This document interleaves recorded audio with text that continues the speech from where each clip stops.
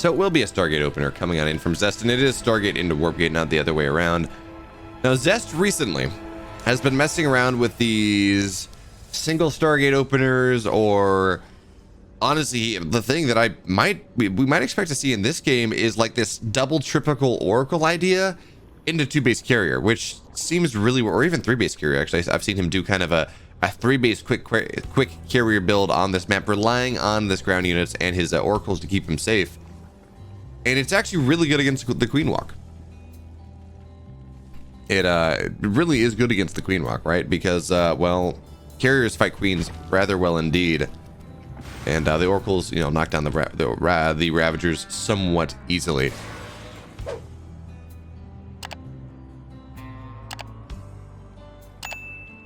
So we will see one oracle on the way at the very least. We're just gonna have to see how many this is, and whether when Zest does take his 3rd base. Now, I've seen him do 2-base carrier. I've seen him do 3-base carrier. On this map in particular, it has tended to be 3-base, but you never know. Never exactly sure what the Madman is up to, because while Zest is mostly known just for his high-level execution, he is actually one of the better build creators in the scene, so long as it's like one build that he plays at a time. He's not going to have like a whole cornucopia of builds that he comes up with and shows up with for a tournament. More like he's like, yeah, I figured out one really good build. I'm going to keep executing it. I'm going to execute it. I'm going to execute it. And we're going to go from there. So 2nd Stargate is on the way and it is 2-base for now. Although maybe that was just because the Zerglings were sharking around. But are we going to see a fleet beacon? Seems like Inu's expecting the same thing here, actually. The oracles are going to fly on in, and there is no spore for just another second. So 5 total probes have gone down. There's the fleet beacon. Everyone knows what's up here. Inu knows what's up. Inu knows what's up. I know what's up. And yeah, and by the way, Solar and Zest have played recently, right? They did play in the ESL Open Cup Korea number 69. Nice. And in that series, that was actually the grand finals. It went really well, but it was really cool. It was like going back and forth, both players learning from each other. So on this map in particular, Zest did go for a 3-base carrier build, and Solar did lose to it because Solar didn't quite realize what Zest was up to, right? 2-base carrier build, the early carrier builds worked once, and then in the final game, well, Solar just went for a massive Hydra bust, and he's like, yeah, Hydra Queen is a fantastic idea against carriers up to a certain point. So that was what he went for, and it did work out for him rather well indeed. But there's no really good spot here for these adepts to really find themselves. So actually a lot of adepts are going to go on down. The oracles are stuck on the other side of the map here. Zergling's going to find its way on into the main base.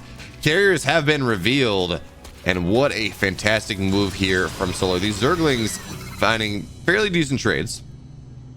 The big deal is the carriers are known. Solar, he has a Hydra Den on the way. He has learned how to beat this style at this point. Now, whether with all the damage that Solar has taken in the early game, whether he's going to be able to hit the timing that he's looking for, that's unknown. But I certainly do like this at the very least a little bit here. Now, of course, the carriers are out, so Zergling shouldn't be able to get that much more done. But the Hydra Den is just about done here. And are we going to see a Nidus, though? Yeah, we will. Okay, there we go. Nidus Hydra Queen is the name of the game here. This is what Solar used to win game number 4 of ESL Open Cup Korea number 69. And yes, this is best of 3. If you're ever curious, Zinigo Pombo, look at the bottom between the 2 players' names. You'll see what you'll see what it is, whether it's best of 1, best of 3, etc. As the look at this. You know what? I really like this. As the carriers, I mean, yeah, maybe they're going to lose a couple interceptors. What is that? 6 interceptors to die. But they supply block Solar for the time being. But even more importantly than that, what they do is they waste Queen transfuse energy, because that's the big deal, right? If you can make the Queens not have that transfuse energy, well, oh, the oracles are actually going to find this Nidus. So this is already a bit of a positive change here compared to what we saw in the previous game. But no, things are, they're not going to get it quite in time. +1 is 10 seconds from completion. That will make it rather powerful. That will make these carriers that much more powerful, but we're not there yet. And the carriers are getting underneath the Hydras. You can't lose if you lose a carrier, you lose the game. So the carriers will have to go back onto the 3rd base. Notice Zest is attacking his third base here to get all of the interceptors out at once so he can get that burst damage. And now the interceptors are swarming. +1 is done just in the nick of time here. But how many interceptors do we have? That is the important deal. Only 5, only 4, only 3, only 1 interceptor here on the map. More and more queens are going to keep flying across the map here. And this was before Zest was able to add those 2 additional Stargates, get on into Quad Void Ray. This is a problem indeed here for our blue Zerg, or our blue Protoss player, excuse me. There's just a little bit too much, and with the double Nidus as well, that is double the reinforcement speed. Hydras are moving on in, Queens are moving on in, and there's just not a lot that Zest can do. I mean, he's going to wait for his interceptors to build back on up, and he does have more carriers on the way. He will have 6 by the time this next hold does happen, or this next attempted hold does happen, I guess. And maybe with 6 carriers he's gonna have enough, because again, the Hydras don't have any upgrades, but there are just too many of them here. And the big deal is the healing here. These queens able to hit all of those transfuses are going to be very happy indeed. And yeah, there we go. We just don't have the critical mass. It's only 4 or 5 interceptors. There we have it. GG. Zest, he takes game number 1. Spawning here in the upper right in the red, representing Dragon Phoenix Gaming. Give it up for Zest.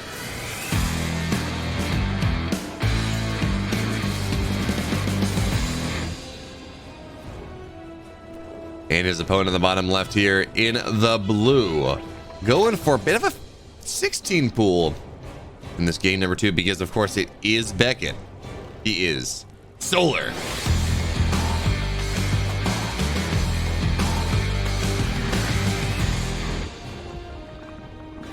Roach Queen pushes are very good on this map. Any bit of aggression, any aggressive option is good on this map, because it is 28 seconds natural to natural. On this map here with the speed zones and everything else, it is by far the shortest map we have seen in the pool in quite a while. Look at that. The probe's going to be able to actually take the natural here, and it is actually somewhat important to get your natural in the natural position here just on this map, because the rest distance is so short that outlying bases are really vulnerable. That and the distance between natural and third is also rather significant indeed. So Solar now is somewhat aware this was a pool first open here from Zest, so he's not going gate expand, he's going gate cyber expand, making sure that he can't potentially have that wall if he needs to. And actually he's going to get a zealot anyways, so that is something. But look at this, Solar, he doesn't have any, yeah, he's not building any Zerglings. What? Never mind, he did. I just can't read the production tab, it's fine.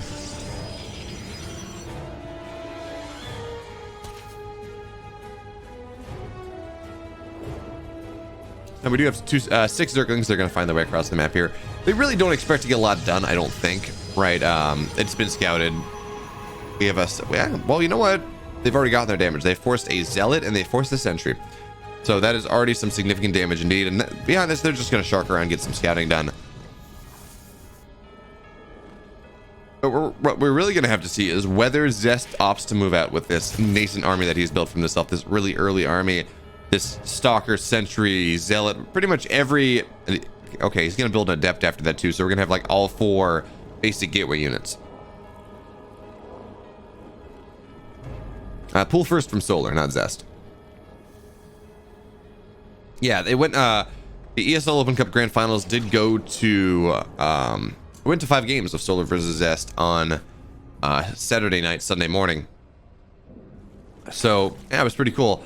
I do feel like at the moment Solar has kind of figured Zest out a little bit, because Zest has kind of really just been going for this carrier build. Granted, that's not exactly what Zest is going for in this game, because I mean you can't get away with that build on this. Well, I say that, but I've seen it work, like the 2-base version. But this is going to be quick warp gate here. We don't have a Stargate, I don't believe. Yeah, no, just 2 gates. Double Nexus, Warp Gate first here from Zest. And you know, we might actually just see a couple gateways go down. Go for like a no-tech 4 gate. It's kind of interesting here. We do have Warp Gate just about done. And oh wow, that is a late double Stargate play, huh? That's an interesting build from Zest, absolutely. Very weird indeed. But of course, Solar here. Yeah, I think Sushi said at one point, incoming Roach Queen push. Yeah, that sounds about right. It is so easy to get your creep advanced on this map. You can you can pretty much make it so the queen walk doesn't even require the walking of the queens off of creep. You just kind of get right there immediately. Feeling that Hydra makes screaming sounds. Like, yes, that was a weird sound. But anyway, now Solar, he's gonna find his way on into the main base, and this is double Phoenix play, huh? That is something new. That is something different. Now this will of course get scouted by this Overlord, as it does give its life bravely for the cause. And I don't know if you want to go for a queen timing again. Oh, I guess you do against double Phoenix, because Phoenix fight the ground army even worse than just regular stuff. So the Zerglings, they're going to try to find their way on in, but they will be unsuccessful because now adepts are getting warped on in. Hey, at least warpins are forced. The Zealot will die, and that's already going to be nice enough here for Solar. As the Phoenix, they're going to look for their blood tax, but there are no, of course, Overlords on the map. And I think, yeah, Solar is either going for a Nidus play here, or he's just going to go for that Hydra timing once again. Because again, you get enough Hydras, you hit that critical mass of Hydra Queen, the Phoenix cannot really fight it. So what is Zest doing? He's transitioning out of those Phoenixes nearly immediately. It's going to be Phoenix Glaive. Okay. This makes a lot of sense, because if your answer is Hydras, which it oftentimes is, well, a bunch of Glaive Adepts will fight those Hydras damn well indeed.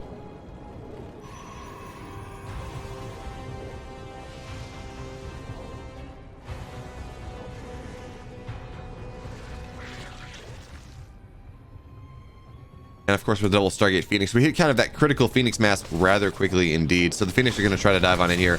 We don't have our second spore done yet, but we will soon. And of course, that's the math, right? You get one spore per Stargate.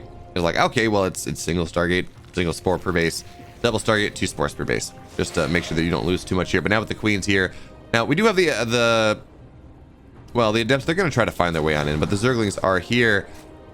And we do have a Roach Horn on the, we do have Roach Speed on the way yet still. So maybe this will just be Roach Queen. And I do like that. Roaches are now on the way, so they will be able to deal with these Glaive Adepts somewhat powerfully, somewhat significantly. So now the Zerglings will find the Adepts here on in the middle of the map. They're not going to opt to take that fight, okay, because there are just really too many Adepts. So there we go. Yeah, Solar is well aware of what's happening. I was like, yeah, you have a lot of Adepts. I need A, spores to make sure I can take the fight, and B, I need a lot of Roaches. But Zerglings will actually find this base right as the Adepts shade on into the third. So nice job there from Solar Circuit around. He will be able to deny this third base. The question, though, is how much damage will he take on the other side, as the Roaches are now starting to fight all of these Adepts. One Adept goes down, second Adept does go down, and now the Adepts do find the natural, but the drones have been pulled away from this, so not a lot of damage is getting done here by the Protoss player just yet, as the Roaches are once again going to find these Adepts before they shade on into the main base. Drones are getting pulled once again, and yes, Solar's not really mining all that much for the time being, but I mean, he's doing a good job of pulling on into where the Adepts are not. Only 5 drones die. And look at this. Now it is 2 more Stargates on the way. Void Ray's on the way. Now the third base is dead. So Zest, I mean, he does need a third base. He does need to make sure that, you know, he gets something, that he's able to establish that economy, because right now, yes, he is killing drones, but we're kind of in that standard anti-Phoenix game where you just kind of drone. You understand that, yeah, you're going to lose some stuff. Now, unfortunately, that scout will not find its way on into the main base. So Solar will not see that Zest is going for 2 additional Stargates. But it's 8 minutes. And the Terran does, and the Protoss, well, I'm going to get that race right eventually, does not have, well, doesn't have a third base. Oh, nice Biles there. We'll be able to knock another Phoenix down. And now we're going to have Solar who says, yeah, you know what? If your opponent's doing something weird, you just go kill him. And that is exactly what we're going to see happen here on in this game. Roaches, Ravagers, Queens running across the map. And we talked about how short that rush distance is. Well, the Queens pretty much did not need any sort of, did not have to walk off creep all that long. Here's now the Roaches will find their way on in. The pylon, one of the gateways is getting depowered here. The pylon has died. And now the Queens are here, which is going to keep these Ravagers alive for the time being. Yes, we have 4 Void Rays at a time coming on in, but that is a lot of Queens indeed, and they will be able to zone everything out here. Shield Battery Overcharge is dead as well, and now it should just be pure Zergling Roach running across the map here. Probably focus more on Zerglings than on Roaches, just strictly because it is a mass Hydra here at this point, and, well, or it's mass Void Ray at this point. Void Rays don't really fight Zerglings all that well, but they do fight Roaches. Now with more and more queens finding their way across the map here, more and more queens being built. Yes, we will have the Phoenix. We'll get the lifts on some of these queens, but the biles are going to be strong indeed. GG Solar. He's going to fight beyond in the winners match.